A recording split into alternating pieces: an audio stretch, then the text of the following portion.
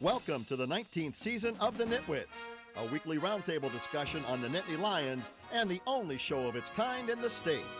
Our NItwits panel features Neil Riddell of the Altoona Mirror and Mark Brennan of FightOnState.com. Between them, they've covered Penn State for 70 years. The NItwits are hosted by WTAJ Sports Director Alex Colley, and each week we welcome a former Nittany Lion as our special guest analyst. The NItwits are brought to you by Irwin Financial, Raymond James, an independent firm and a firm foundation for your financial future. By Coldwell Banker, no one will work harder to sell your home. By Courtesy Motor Sales of Altoona, where courtesy means a great deal. By Fiore True Value on 6th Avenue, Altoona, just ask rental, buy what you want, rent what you need. By The Allegro, where fine cuisine is a way of life. By Health South, your rehab choice. Health South Altoona, ask for us by name. By Monarch Cleaners, for all your dry cleaning, uniform, and mat rentals. By Reed and Solani Orthodontics, Dr. Reed and Solani provide orthodontics for children and adults. By W.S. Lee & Sons, your local food distributor specializing in distributing a full line of food service products to restaurants, schools, and institutions throughout central Pennsylvania. By EasyToUse.com, your Yellow Pages connection in print and online. By FightOnState.com, as close as you get to Penn State football without putting on a helmet. And by the Altoona Mirror, featuring Penn State Game Day every Friday and Penn State Extra every Sunday. Penn State's 2016 season is off and running. The Nittany Lions topped the Golden Flashes on Saturday, 33-13. PSU's debut is where we're going to begin. Welcome to the Nitwits. We have Neil Riddell, the Altoona Mirror, of course, Mark Brennan of FightOnState.com, and joining us for the first time this season, former Penn State captain Mike Irwin. Thanks, Alex. It's nice to be here. It's good to be back. And I'm your host, Alex Colley. Gentlemen, we have waited since last December to see what a Joe Moorhead offense is going to look like. We had our first taste. What's our first reaction? I think we're still waiting a little bit. I think that there were some trump cards that I don't think have been played yet, although I was surprised that maybe it took as long. They averaged 69 plays last year. They were only about 2 plays fewer. Yes, they had 69 plays yesterday. I thought maybe it would just be a little more. So I think that's still a work in progress, and I think there are some offensive line issues still remain. There was some debate in our neck of the press box of how close that game actually was. I mean, a few of us thought it was kind of. My sense was I never thought Penn State was really in trouble. And the thing I liked about the offense was they clearly could have gone to the short passing game over and over and over and over. They could have gotten 8, 9, 6, 7, whatever yards on every single play, but they didn't do that. And why didn't they do that? Because they realized that once you play Pitt or once you get into the Big Ten, you're going to have to be able to run the ball. So I like the fact that they did that and tried to get some things going and obviously give McSorley a chance to kind of work, not kinks out, but just get comfortable in front of a crowd and whatnot. And I think overall it was good, but there's still plenty to work on. Yeah, I definitely think they're holding back the offense, waiting for Pitt next week. I mean, I think going in they had to show enough to come out and beat a Kent State, but Kent State's not exactly a marquee program. And I think, like Mark said there, I think they did hold back on a lot of short passes. That's the option I think they're going to use against Pitt. I mean, they did a lot of running with Barkley and McSorley doing some running, but the passing game, I don't really think McSorley's a long thrower. I mean, he was pretty accurate on the short stuff, but I don't think he's going to be hitting a home run ball too often. I mean, I'm anxious to see, but I think he's really good on the short passes. So I'm anxious to see how they do with Pitt coming up. The part that bothered me a little bit with the offensive line, and I mean, is Brad Benson still available to come and play left tackle? I mean, this has been an ongoing situation for a couple years, and now one thing, they were putting guys in the first half, which you usually don't see on an offensive line. So clearly At guard, though, Neil. They had moved in. Laurent had come in, right? But they weren't doing it at McGovern came in. Yeah, well, I mean, they need to figure it out. The left side was vulnerable. Yeah, well, that's the one thing when you talk about a young team.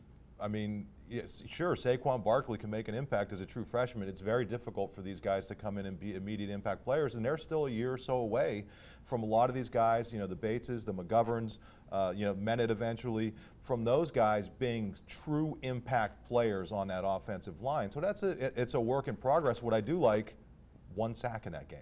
Yeah. Okay? So you go from last year's opener where they give up 10 sacks. Offensive line was not great, don't get me wrong.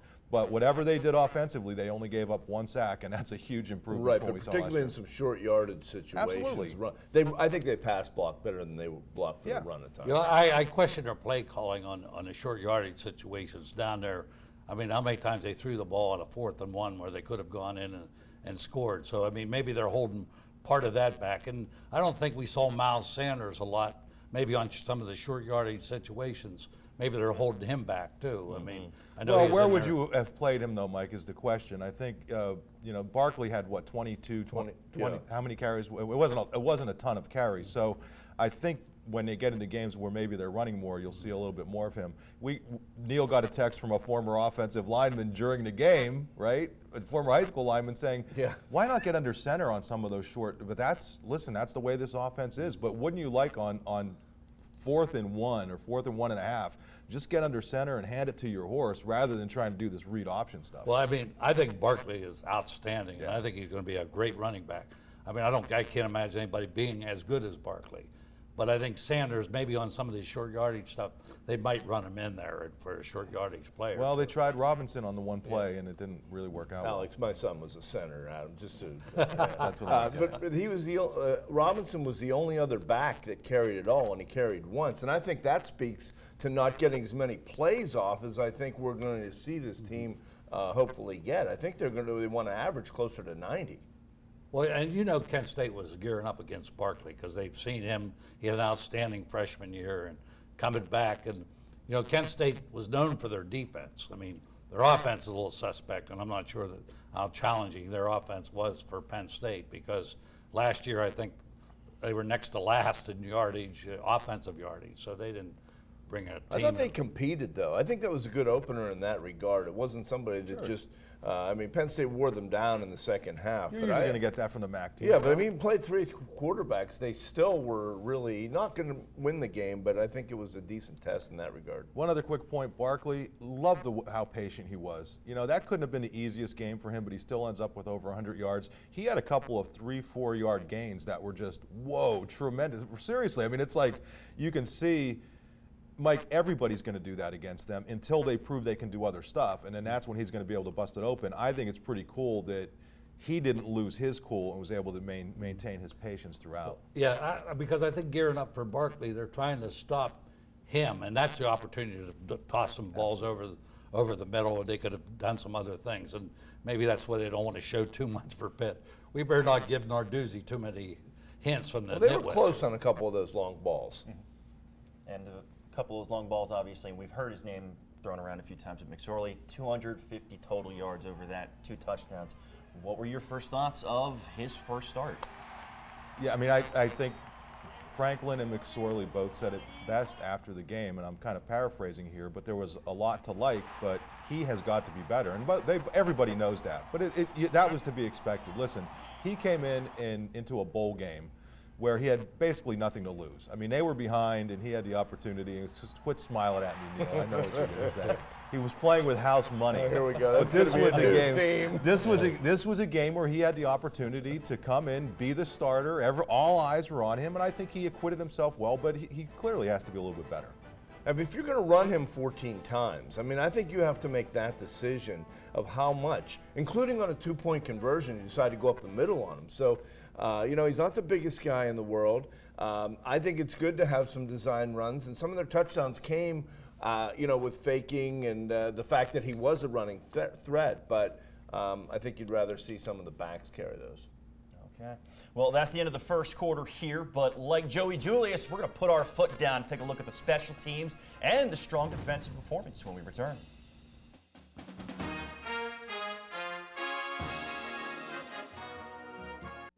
The Nitwits are brought to you by Irwin Financial, Raymond James, an independent firm and a firm foundation for your financial future.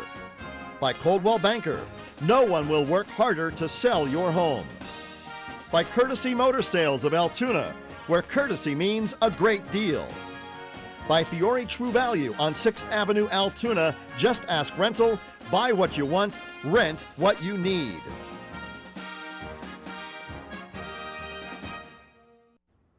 Hi, I'm Penn State offensive line coach Matt Limegrover, and you're watching the Nitwits. And welcome back to the Nitwits. Over the past few seasons, inconsistent would be a word used to describe the Nittany Lions special teams at times. But yesterday, dare I say it, it looked to be one of the stronger points of Penn State's game. Yeah, I mean, Blake Gillikin, we had heard throughout the preseason how good he was, and I think, Franklin was trying to temper it a little bit, but to get a punter to come out and do that in his first game, he averaged 47 yards a kick. That is such a huge improvement from the last few years, and this is where, when you talk about the scholarships coming back, you have this kid, you have Alex Barbier, who's probably going to redshirt, but this is where that really hurt him. It was one of the things that was kind of people didn't pay a lot of attention to, but to have this guy who can flip field position, the only thing we didn't see from the special teams yesterday, being able to do something in the clutch, because they weren't in that position, but boy, everything looked really good. Yeah, I think that's a good point about the scholarship. That looks like that is a giant hole, plug in the dike last year, because it seemed every time you turn around there was a different leak that would have sprung. And Reed looked pretty sure of himself as a punt returner. He's aggressive back there, didn't fair catch everything, and I think that is really going to be huge dividends, particularly while the offense is still trying to find itself. And how about how they've used some of these guys who were in roles last year, whether it's Joey Julius, who, had some personal issues, stepped away from what wasn't around a lot during the spring. Bring him back as a kickoff specialist. That's looking like genius. He was able to focus, and Alex, you teased it. I mean, not only was he getting, 6 touchbacks or whatever, he has the biggest hit of the game. And, Chris Gulla, he's a guy who was your punter a couple years ago. Now he's your holder. So it's not as if you're just discarding them. They're able to use some of these guys who were valuable parts of the team when they weren't able to use scholarship players in those spots. Well, if you look back to last year, how many games we lost because of special teams, and you go out there, you just get a much better feeling this year. I mean, that punter, averaged 47 yards, like you said, and then I thought Reed on the return team, he ran one back, got a penalty coming back, but he looks like he has sure hands, and he looked like he's very capable return man. And fearless, too. And Davis kicking the field goals. Last year, what was he, 8 for 10 or something like that? He's done really well in short field goals. Yeah, and the other thing, going back to the scholarships, this is where, you can talk about a team being 66% of the players, the scholarship players, have freshman or sophomore eligibility. Now, that's going to be difficult to make an across-the-board impact, especially on the O-line and maybe the D-line. But when you talk about special teams, how many times through the years have we seen the young, great athletes make their first impression on special teams? So it's not just the kicker and punter, it's the coverage guys, it's the return guys. We're seeing some of these guys being worked in and doing some good I agree things. across the board. And I know on the kickoff return, they had Sanders in there, the 5-star recruit out of Pittsburgh, and I think he was back there for a couple. He and Scott. He and Scott ran a couple. And I know you guys don't always agree. Like Barkley, you might see him in there at some time. Yeah, I think because you're worried about him getting hurt. But I think that would be a mistake. Mike wants Marku in. It's all right. I don't agree with you, Dale. Well, that's okay. You've got a lot of guys that maybe aren't getting opportunities that is an opportunity for. But you don't want a second-rate opportunity. You want the best out there. If you look back, like Kurt Warner and Roger Kaufman and some of those guys. He was doing that before he became the starting running back. Well, if you could have a guy run a kickoff back, isn't that better than sitting on the bench and thinking about it? Well, the other part of Mark Allen you're going to have somewhere. injuries. Right. The other thing I would say, though, Mike, is you think about what Nick Scott has done for this team. This is a guy who was a really good special teams player on all different special teams for them last year, knew it wasn't going to work out at running back, gladly moves over to the secondary. He's not going to play a lot in the secondary. I think they're probably rewarding him, Nick Scott, for what he's sacrificed for the team. And I like the fact that they get a lot of people into the game. I think it creates better morale as far as the team is concerned. And if you have a Nick Scott that's capable, then I say, yeah, let's go ahead with him. But well, what were the averages in the game? What did they? They've done well. I'm not arguing that. I'm just saying, going forward, I wouldn't count out a Barkley coming in to run kickoffs back or something, because that guy can avoid tackles almost anywhere. It's all right, Neil. You can have your point of view. That's I mean, true. you're not always right, you know. No, You think and I'm you not are. going to try to get the last word on it. Penn State defense had some questions coming into this season, especially at some key spots. How do you feel as though the answers you saw in game 1 of the season? Thank you, Alex. Yeah. Well, listen. They only gave up 6 points. I mean, because the other came. But the one thing that I thought was of concern was the amount of scrambling and kind of, yardage. Misdirection Kent State plays. had over 200 yards rushing. Now, a lot of that was dialed back overall because of all the sacks and tackles for losses. But they're, once again, overall played well, but there are a lot of things that they have to tighten up on. I thought early in the game they looked pretty fresh and sharp, and then they subbed their entire defensive front in, and I thought lost their edge a little bit, but it proved to be beneficial as the game wore on. I mean, they got contributions from a lot of linemen. The kid from Altoona, Gibbons, started the game strong. This Miller came in and did a nice job. I'm curious about Schwann, what his status will be. Well, the secondary, too. They played a ton of guys in the secondary, and we saw it with a pick from R.U. Wari Nice. for a pick 6. But, no, I mean, for the past few years, you look at that secondary, and they had to play true freshmen, and they struggled at times. But now all of a sudden, you're seeing depth, talent, speed, athleticism, and the linebacker core I thought played well overall. Not a lot of depth there, but yeah, overall the defense I thought played well, but some areas they can I tighten think up. the linebacker is the only where they do have depth problems. I agree with you, Mark. I mean, the 3 starters I think were in most of the game. I don't think they replaced the linebackers too often. But I agree they could shuttle people in and out of the defensive backfield, and they did, because there are a lot of good athletes out there, and maybe defensive line. And I think Gibbons had cramps, because I could relate to that. I remember I saw him coming off the field, and I thought it was cramps right away. Thank God it wasn't a knee ACL or something like that, So it's, but he'll be back, I think. Well, I like the Nastasi getting the pick 6, number 21. Nice. There you go. I couldn't pronounce Aramari, Amani. whatever. I did it once, I'm gonna okay? give- I took it for the team here, okay? I took it for the team. I thought it was Nastasi. How about we just call him Monty O? 21. Monty O. There you go. I Mike. don't know names. I just know numbers. I thought it was great that he held the ball, because we've seen some big interceptions drop these last couple of years that would have been difference makers, and I thought that was encouraging for a guy that didn't start the game. Yeah. All right, well, that wraps things up for Kent State. Now we're going to look ahead to this weekend, and waiting for them, the rivals, Pitt Panthers. We're going to talk past, present, and future when Nitwits returns.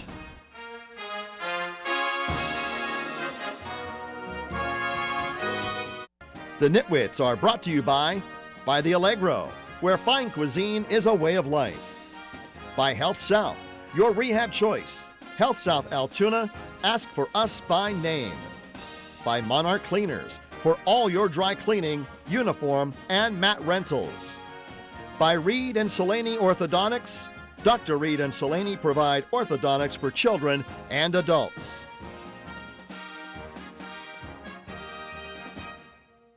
We now return to the Nitwits. A roundtable discussion of Penn State football.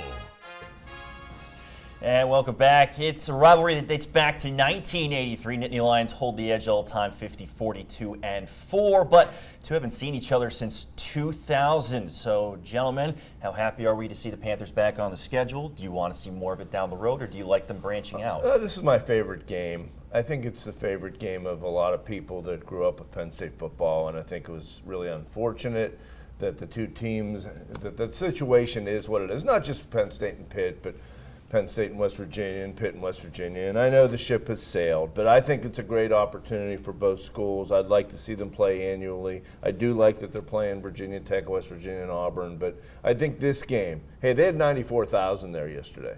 And that's what has become the new norm for Penn State season openers, unless you're playing Alabama. So, What was the attendance for the last time Pitt played at State College? do you know it? I would guess it's pretty close to 94,000. We'll have to check on that. We will. We'll yeah. definitely check on it. I just think it's a really good game. I'd like to see If they're going to continue play it be every played. year, Neil, who are you taking off? You're playing 9 conference games. So are you going to not play other teams? Or how are you going to make that work if you want to play them every year? It's untenable. You can't do it.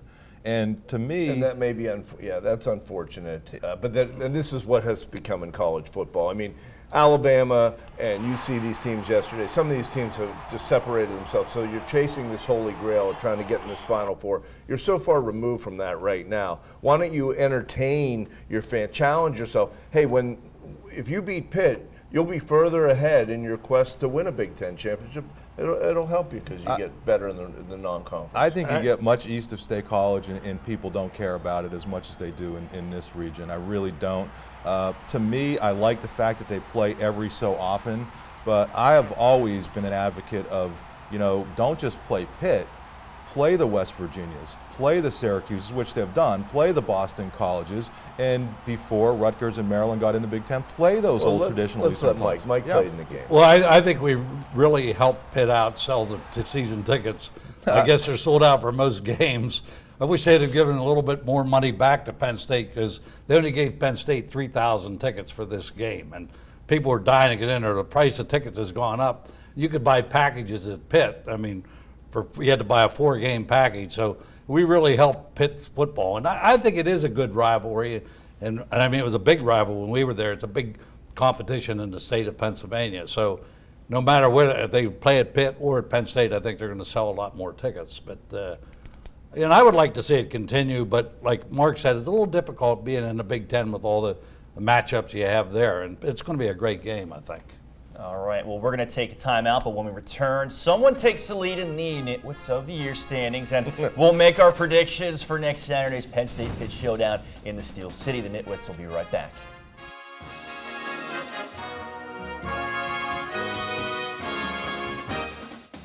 The Nitwits are brought to you by W.S. Lee & Sons, your local food distributor specializing in distributing a full line of food service products to restaurants, schools, and institutions throughout central Pennsylvania.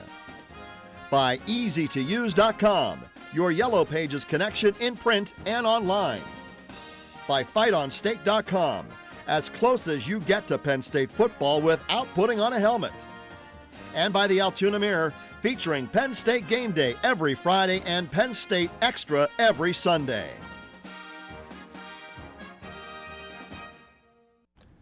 We've heard all about the rivalry. Well, now it's time to pick who we think's going to take this one next Saturday. So, gentlemen, how do we see this one going?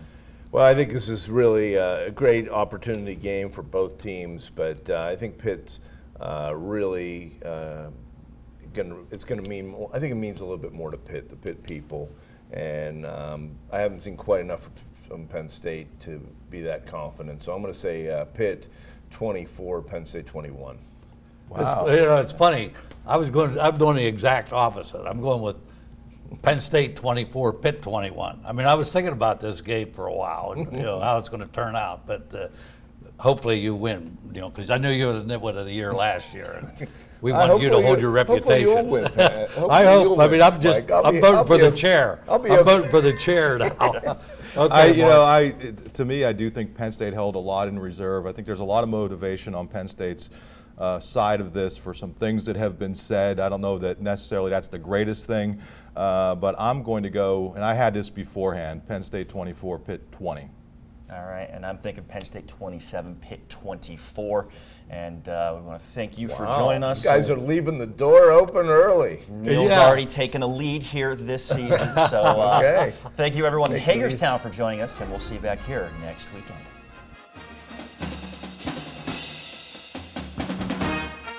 The Nitwits have been brought to you by Irwin Financial, Raymond James, an independent firm and a firm foundation for your financial future. By Coldwell Banker, no one will work harder to sell your home. By Courtesy Motor Sales of Altoona, where courtesy means a great deal. By Fiore True Value on 6th Avenue, Altoona, just ask rental, buy what you want, rent what you need. By The Allegro, where fine cuisine is a way of life. By Health South, your rehab choice. Health South Altoona, ask for us by name. By Monarch Cleaners, for all your dry cleaning, uniform, and mat rentals. By Reed and Salaney Orthodontics, Dr. Reed and Salaney provide orthodontics for children and adults. By W.S. Lee & Sons, your local food distributor specializing in distributing a full line of food service products to restaurants, schools, and institutions throughout central Pennsylvania. By easytouse.com, your Yellow Pages connection in print and online. By fightonsteak.com, as close as you get to Penn State football without putting on a helmet. And by the Altoona Mirror, featuring Penn State Game Day every Friday and Penn State Extra every Sunday. Thanks for watching, and we'll see you next week.